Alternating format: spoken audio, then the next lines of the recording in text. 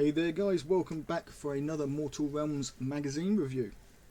This week, taking a look at issue 72 of the Mortal Realms magazine. And with this magazine, we get Lady Olinda, the Mortarch of Grief.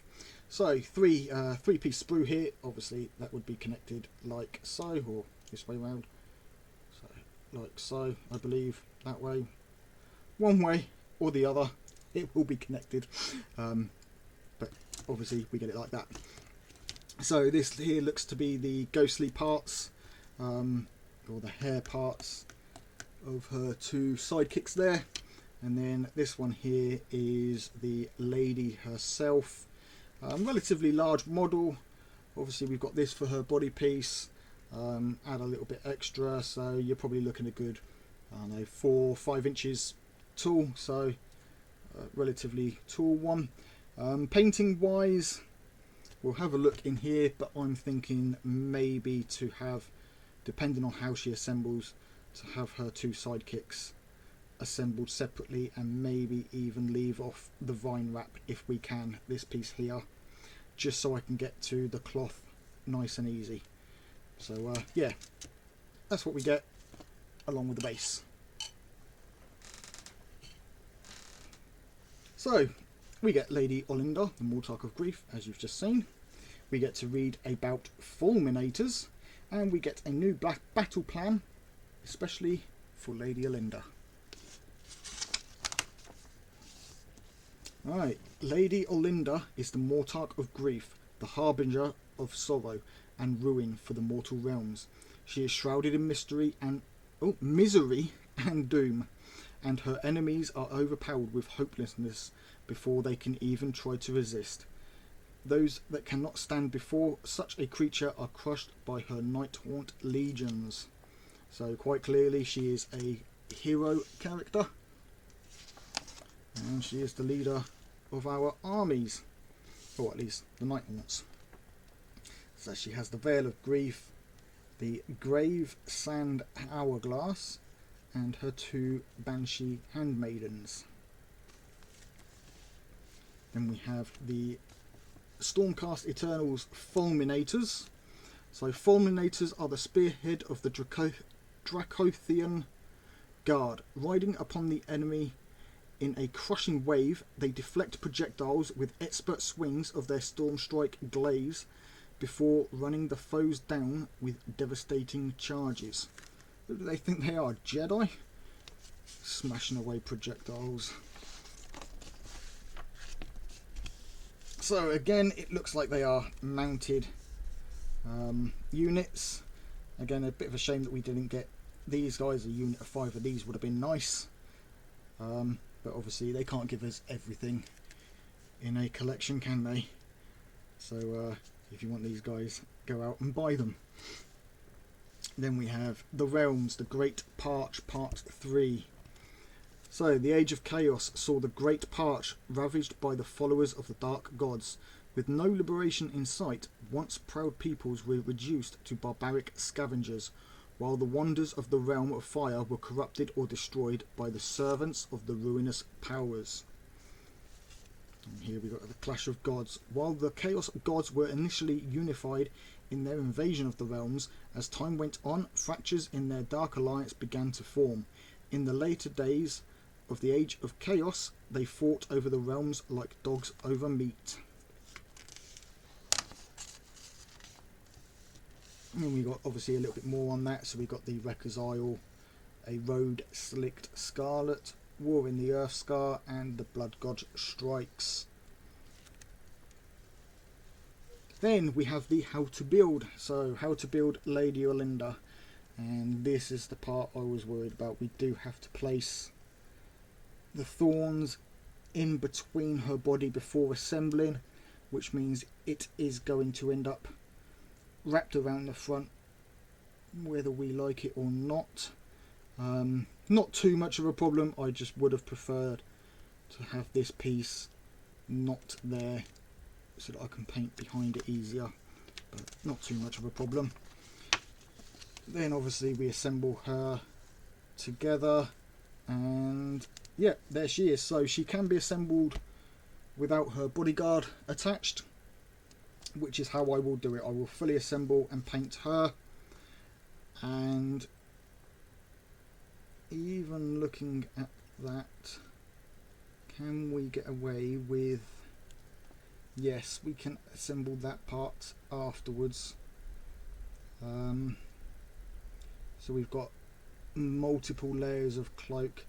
I will have to assemble this, dry fit it, and see how each piece fits. My concern is being able to dry brush this center piece here and this base piece with each one overlapping. If I can keep that off and paint it separate and then glue them together one at a time, I will do it that way, and then glue it all together once painted. I think that may be the easier way to go with her. And then obviously for the two wraiths, or whatever they are called, you can build them separately and then glue them on afterwards, and then just finish off the base with a few vines and such. But yeah, so then guys, assemble them separately, paint them separately, and her, obviously it's up to you how you want to do it, but I think I will try and paint this, attach this and paint this, or paint it and then attach it. And then we've got this hooded piece as well, and then the last vine, and then I'll go around and paint the vines. So the body I'll paint, and then everything else I'll paint after it's assembled. But whatever it is, you can check the card up the corner here. That will show you the painting video, and you can see how I've gone about doing her. Obviously we've got the painting. Now they are saying, or they are showing that they have assembled her all in one and are painting her up, which is fine if you are doing this non-oil wash method, just because of how easy and simple it is. You don't need any complicated dry brushing to get to certain areas or anything, so that's fine. But for the way that I'll be painting her up, she will be painted separately. Then we have a war scroll. Okay, so for the war scroll, she has 7 wounds, obviously being a hero character. Only moves 6, bravery 10 as expected, and a 4+ save. I would have thought maybe a 3+. I know she's only a ghost, but at the same time, you know, weapons and stuff should go through her. She should have a bit of a better save. But yeah, so Staff of Midnight, range 2 inch, 3 attacks, 3+ to hit, 3+ to wound, -2 rend, and the damage is D3. And then the Banshee Handmaiden's Spectral Claws, 1 inch, 6 attacks. I'm assuming that's 3 attacks each. 4+, 4+, no rend, and only 1 damage per attack. Then obviously abilities wise, she can fly, and then ability, she's ethereal. Frightful Touch, she's got the Grave Sands of Time, which allow you once per battle in your hero phase, you can choose either to inflict D6 mortal wounds on an enemy hero within 6 inches of this model, or deal D6 wounds that have been allocated to this model, or heal D6 wounds that have been allocated. So she can either heal up or damage another hero. So if you can get her close enough without being damaged, then obviously you're going to be able to do some heavy damage to a hero there. Otherwise, if she's staying back and has been hit by artillery or something like that, you know, some range damage, then you can heal her up and keep her in the battle for a little bit longer. Then she's got Lifting the Veil, the Mortarch of Grief, and the Wail of the Damned. She is a wizard, so she does have magic. She can cast 2 different spells in each of your hero phases, and attempt to unbind 2 spells in each enemy hero phase. She knows the Arcane Bolt, Mystic Shield, and Grief Stricken spells. And obviously Grief Stricken is explained here. And then command abilities, she gets No Rest for the Wicked, which obviously is explained here. Then we've got on the back showing how to use a few of her abilities. I'll let you guys look into that, or you can pause the video and maybe try and zoom in or something. You've got this here you can have a look at. For copyright reasons, I'm not 100% sure how much I can zoom in on this kind of stuff. So if I keep it there slightly unreadable, then if you're zooming in, that's your choice, keeps me in the clear. Then we've got Midnight Falls is the battle. So the worst has come to pass. Lady Olinda has risen from the underworlds of Shyish to personally command the Night Haunt. Death has truly come to Patar. Patar, that sounds so weird, doesn't it? Then obviously we've got the forces to choose from. So we'll skip over to the battle plan. So the battle plan, you get 4 choices from the Night Haunt heroes and 6 from the Night Haunt troops. And as always, anything marked with a star counts as 2 choices. So if you pick 2 stars from your heroes, then you only get 2 heroes, you don't get the other 2. And then the exact same for the Stormcast Eternals. Now the setup on this is interesting. 4 mats. And if you go from the corner to one corner of a map, you get that deployment area, and then come back up the other way, and this is your deployment. And then the reverse with the Stormcast territory, so obviously starting from the centre and coming down to the centre, and then out you get this area. So you've got this blank arrow in the middle.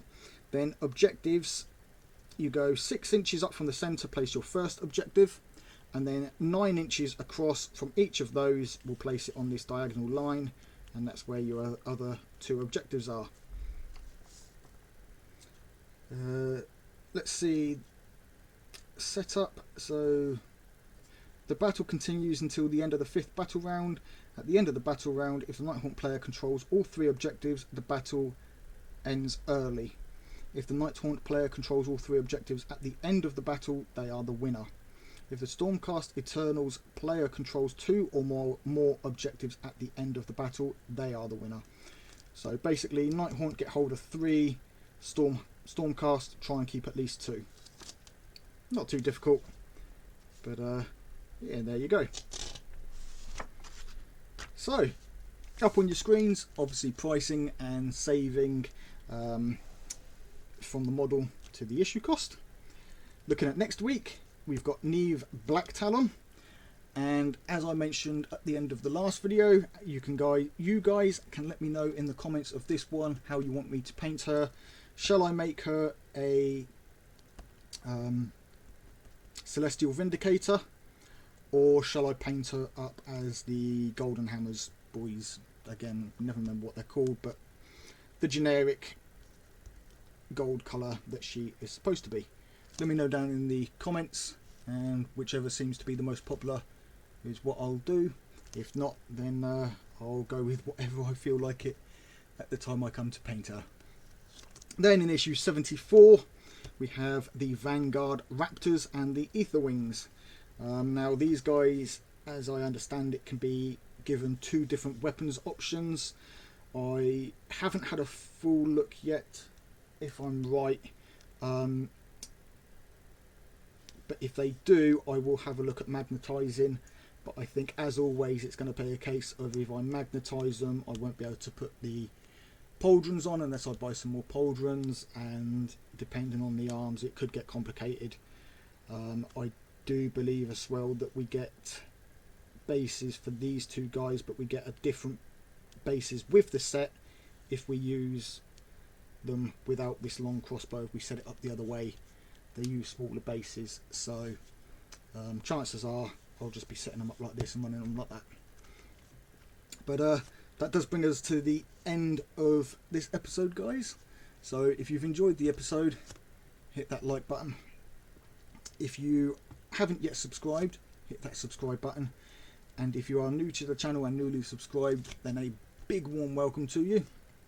Thank you ever so much for subscribing and supporting the channel. Also, now I am running Imperium content every Wednesday. Will be Warhammer Wednesdays in general. Anything to do with Warhammer now will be moved over onto Wednesdays after the end of Mortal Realms. So Mortal Realms issue 80 will be the final one on a Monday. So a few weeks to go yet, but that will be the final one on a Monday, and then it will be over to Warhammer Wednesdays. Partly because Warhammer Wednesdays sounds better. I couldn't think of anything to go with Imperium. Plus it means I can do anything to do with Warhammer on a Wednesday, and I then get the weekend to paint and edit the videos ready for the Wednesday without having to rush them for a Monday. As some of you guys may have seen, occasionally I'm uploading on a Tuesday, not a Monday. But yeah, so there's the end of the video, guys. Thank you ever so much for joining me, and until next time, take it easy, keep painting those minis.